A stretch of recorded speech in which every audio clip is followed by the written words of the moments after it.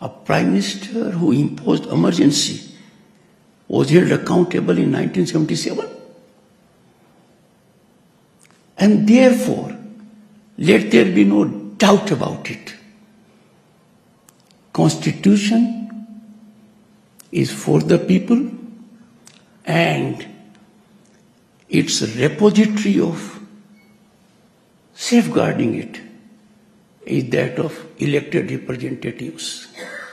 They are the ultimate masters as to what constitutional content will be. There is no visualization in Constitution of any authority above Parliament. Parliament is supreme. And that being the situation, let me tell you, it is as supreme as every individual in the country, part of we the people, is an atom in democracy. And that atom has atomic power. And that atomic power is reflected during elections. And that is why we are a democratic nation. We cannot allow these people who have no claim justifiably to influence our minds. Before believing them, we must test them. And therefore I am saying unhesitatingly that Campus Law Center is iconic.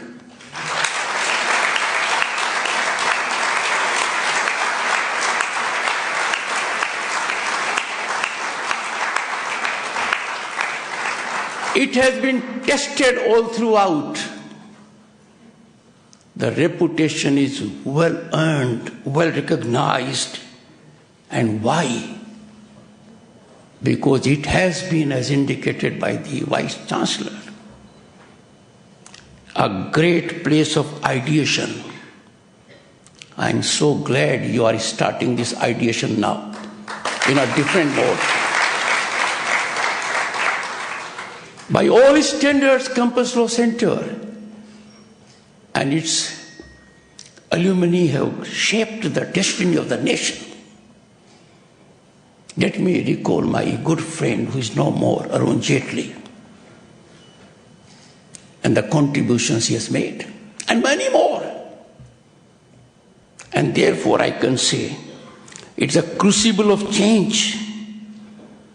And as was reflected in pre-Socrates era by a philosopher, Heraclitus, the only constant in life is the change. This change will emanate now from here on what is our constitution, what are our obligations, and our belief, supreme belief, unrestricted, unregulated, in nothing but truth, absolute truth, because truth is sanctified by our civilizational ethos, our Vedic culture, and is a demand of our constitutional core values. The of the Constitution, people of great eminence, they gave us a Constitution thoughtfully, working painstakingly, engaging in dialogue, avoided confrontation, always went for consensus. They had boys and girls divisive issues before them, highly contentious issues. But they gave us a Constitution. That represents our identity, values and national aspirations. But according to our Constitution, our civilizational values, and for any democracy, every citizen has a pivotal role. I find it inconceivably intriguing that some have recently reflected that constitutional offices can be ceremonial or ornamental and pulsates in every citizen. and pulsates in every citizen. Democracy will blossom. Its values will get heightened when citizen is alert. Citizen contribute. There is no substitution of that. But boys and girls, in one case, Golaknath, Supreme Court said, preamble is not part of the constitution on occasions. Through elections, a Prime Minister who imposed emergency, was held accountable in 1977.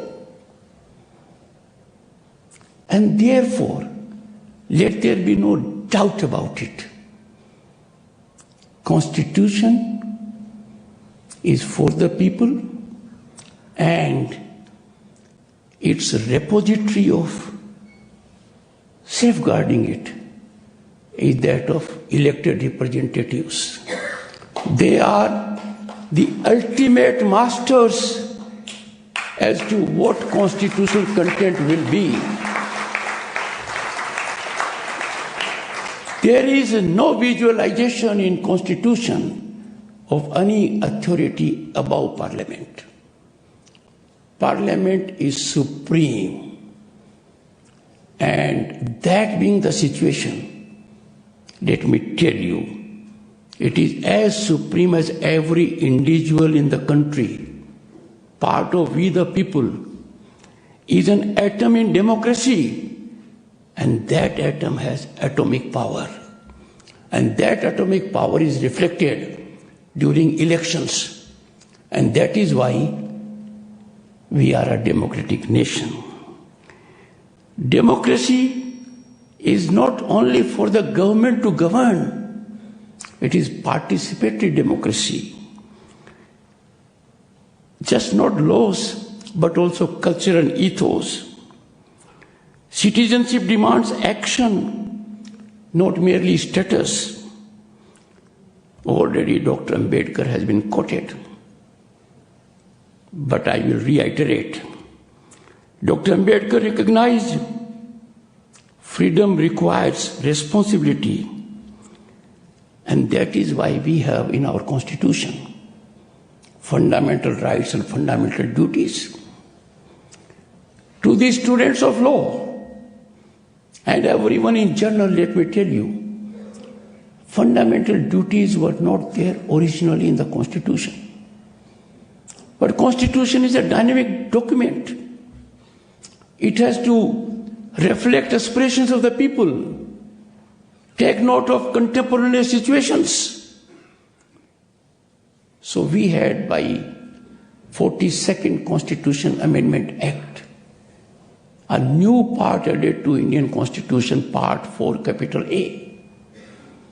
And that introduced an article, Article 51A, that initially gave 10 fundamental duties.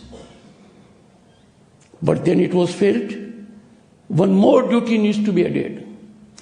And that, if I'm not wrong, was brought about by 86th Constitution Amendment Act, early in this century, to give great impetus on education. We must always give precedence to our duties above our rights, because this nation is ours.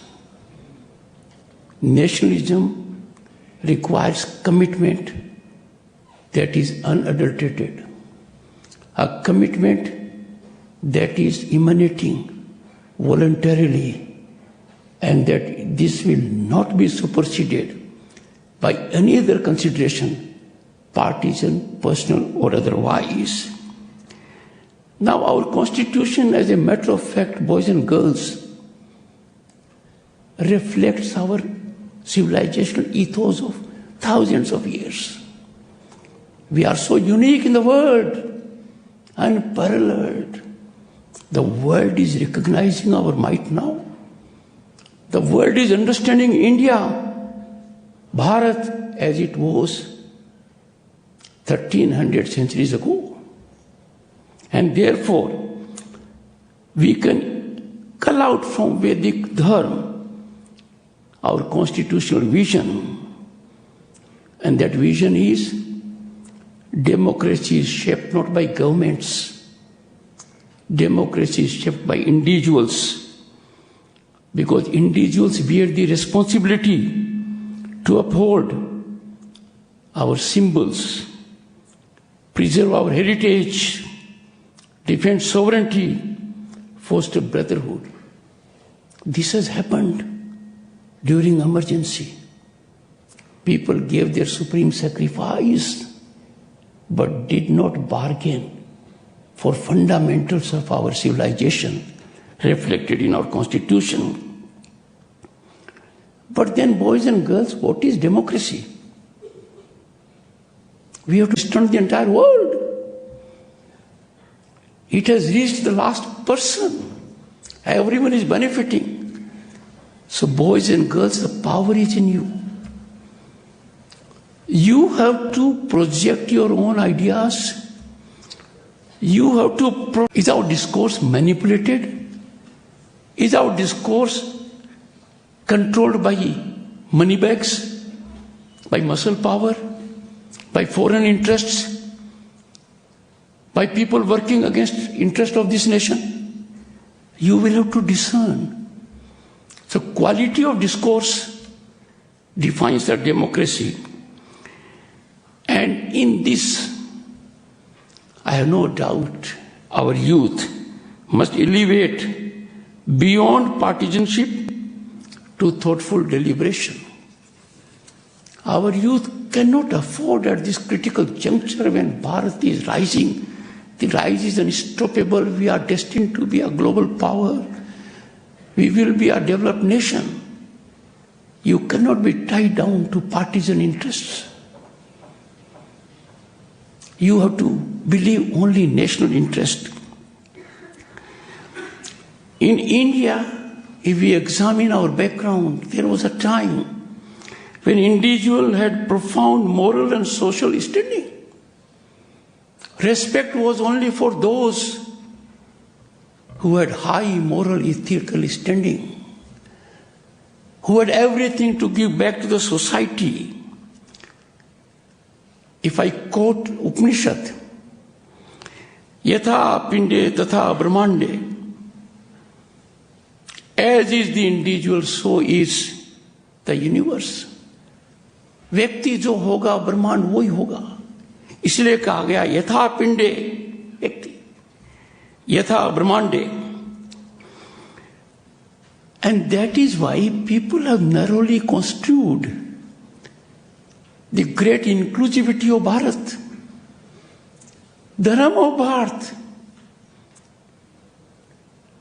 And our silence, boys and girls, may be very dangerous.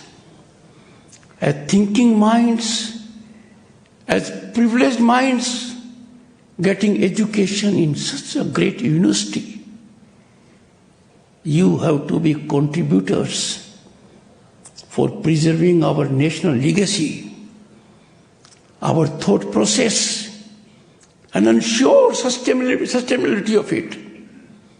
We cannot afford this to be thwarted by forces inimical to Bharat that have structured sinister designs, pernicious motivations to run down institutions, be that of the presidency,